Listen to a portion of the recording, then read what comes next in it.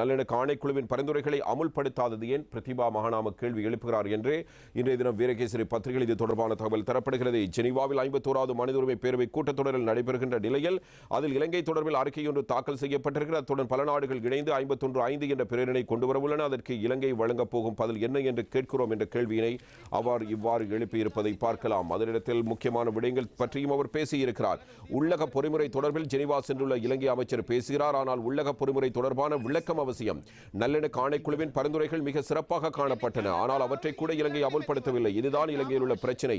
அரசாங்கங்கள் மாறும்போது முக்கிய விடயங்களும் மாற்றமடைகின்றன என்று அவர் குறிப்பிடுகிறார். சர்வதேச ஜனநாயக தினத்தை முன்னிட்டு தேர்தல்கள் ஆணைக்குழுவினால் ஏற்பாடு செய்யப்பட்ட கூட்டத்திலேயே அவரால் இந்த கருத்து முன்வைக்கப்படுகிறது. சில மாதங்களுக்கு முன்னர் காலி முகத்திடலில் மாற்றத்தை கோரி ஆர்ப்பாட்டங்கள் நடத்தப்பட்டன.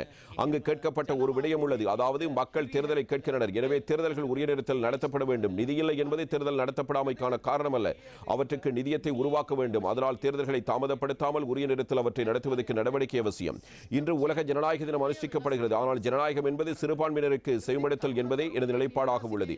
இங்கு ஜனநாயக கட்டமைப்பில் ஊடக சுதந்திரம் குறித்தும் பேசப்படுகிறது. அதற்காக இம்முறை ஜெனீவாவில் ஒரு விவாதமே இடம்பெற உள்ளது.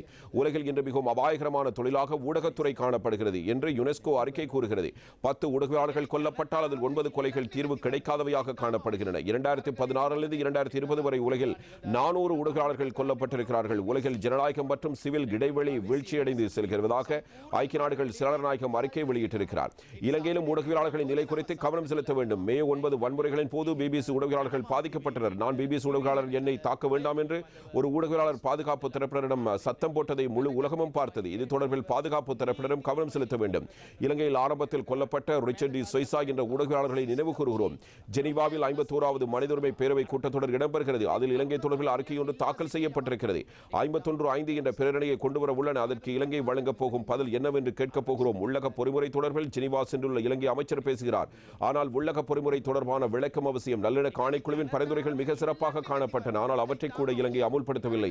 இதுதான் இலங்கையில் உள்ள பாரிய பிரச்சனை. அரசாங்கங்கள் மாறும்போது முக்கிய விடயங்களும் மாற்றமடைகின்றன. அக்டோபர் 7ஆம் தேதி வாக்கெடுப்பு ஜெனீவாவில் இடம்பெறும். அதில் 47 நாடுகள் வாக்களிக்கும். நாம் என்ன செய்ய போகிறோம் என்பது இங்கு முக்கியமானது. தேர்தல்களை பொறுத்தவரை இலத்திரனியல் வாக்களிப்பு முறைக்கு செல்ல வேண்டும். மேலும் வெளிநாடுகளில் பணிபுரிகின்ற இளைஞர்களுக்கு வாக்களிப்பை ஏற்பாடுகள் வேண்டும். பல நாடுகள் இதனை பின்பற்றுகின்றன. 400 வைத்தியர்கள் நாட்டை விட்டு வெளியேறியிருக்கிறார்கள். இது சாதாரண விடயமல்ல. இது இவ்வாறு இருக்க கிராம சபை முறை குறித்து தற்போது பேசப்படுகிறது. கிராம சபை முறை வந்தால் நல்லது. அது தொடர்பில் கவனம் செலுத்தலாம் என்ற விடயத்தினையும் பிரதிபா மகாநாம குறிப்பிட்டிருக்கிறார். எனவே ரணில் விக்ரமசிங்கவினுடைய கிராம சபை திட்டத்திற்கும் அவருடைய வரவேற்பு கிடைத்திருக்கிறது. ஊடகவியலாளர்களுடைய கொலைகள் தொடர்பில், அடக்குமுறைகள் தொடர்பிலும் இங்கு பேசப்பட்டிருப்பது வரவேற்கத்தக்கது.